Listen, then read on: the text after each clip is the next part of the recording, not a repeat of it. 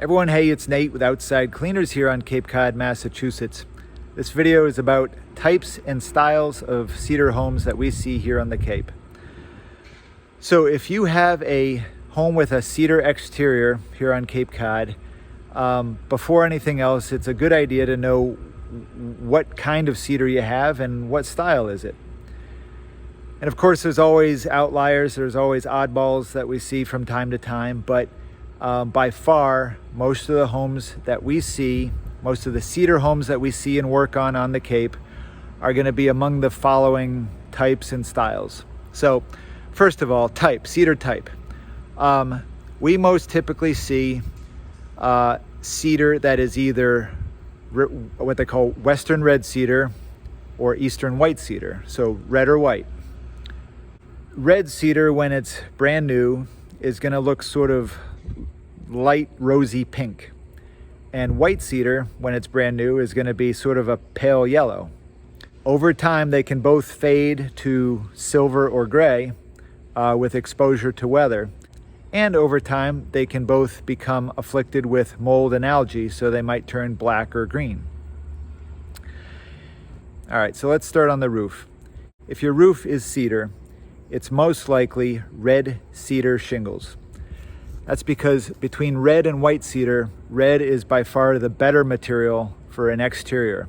It's a longer lasting wood than white cedar. So we see red cedar roofs because the roof is more exposed to the incoming weather, the rain, than is the siding. So we most often see red cedar shingled roofs, and we most often see white cedar siding. Now, I said shingled, not shakes. Shingles are smaller, thinner, shorter, cheaper. Shakes, which I barely ever see on Cape Cod, are huge. They're bigger in every dimension than our shingles. The difference between a shake and a shingle is like the difference between a softball and a baseball. Shakes are huge, and we just don't see them very often here on Cape Cod.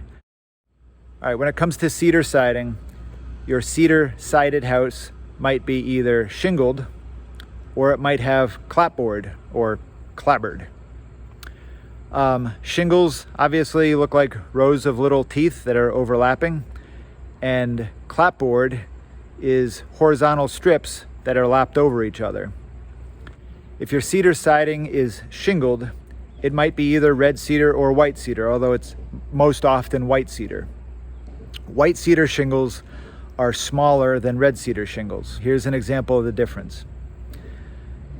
If the siding shingles are faded, if they're weathered or oxidized and you can't tell what they are by their color, you might be able to tell by the grain of the shingle. If the grain is very pronounced, it's probably a red cedar shingle. And if it's very, very subtle or unpronounced, or you can't really feel it with your fingers, that's probably a white cedar shingle. Your shingled cedar siding might be stained. If it's stained cedar shingled siding, it's most likely white cedar. Again, it's because red cedar lasts a really long time just on its own. It doesn't need much help to last a long time. White cedar, being an inferior material, is more likely to be treated with a stain or a paint or something like that. All right, if you have clapboard or clapboard siding, if it's natural, if it's bare wood, then it's probably red cedar. And in my experience, if it's painted or stained, it's probably white cedar.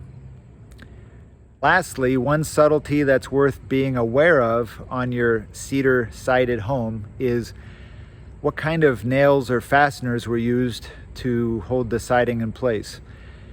In the 80s and 90s and early 2000s, the most popular method was galvanized nails. And they work just fine, but they're slightly inferior to modern stainless nails or staples. You can usually tell what type of nails the whole siding was held in place by looking under a windowsill, where you'll see a couple exposed nail heads. If they're shiny and silver, then that's probably stainless. And if they're dull and gray, that's most likely galvanized. All right, so hopefully that helps you figure out what type of cedar your Cape Cod cedar home has and the style that it is. Thank you.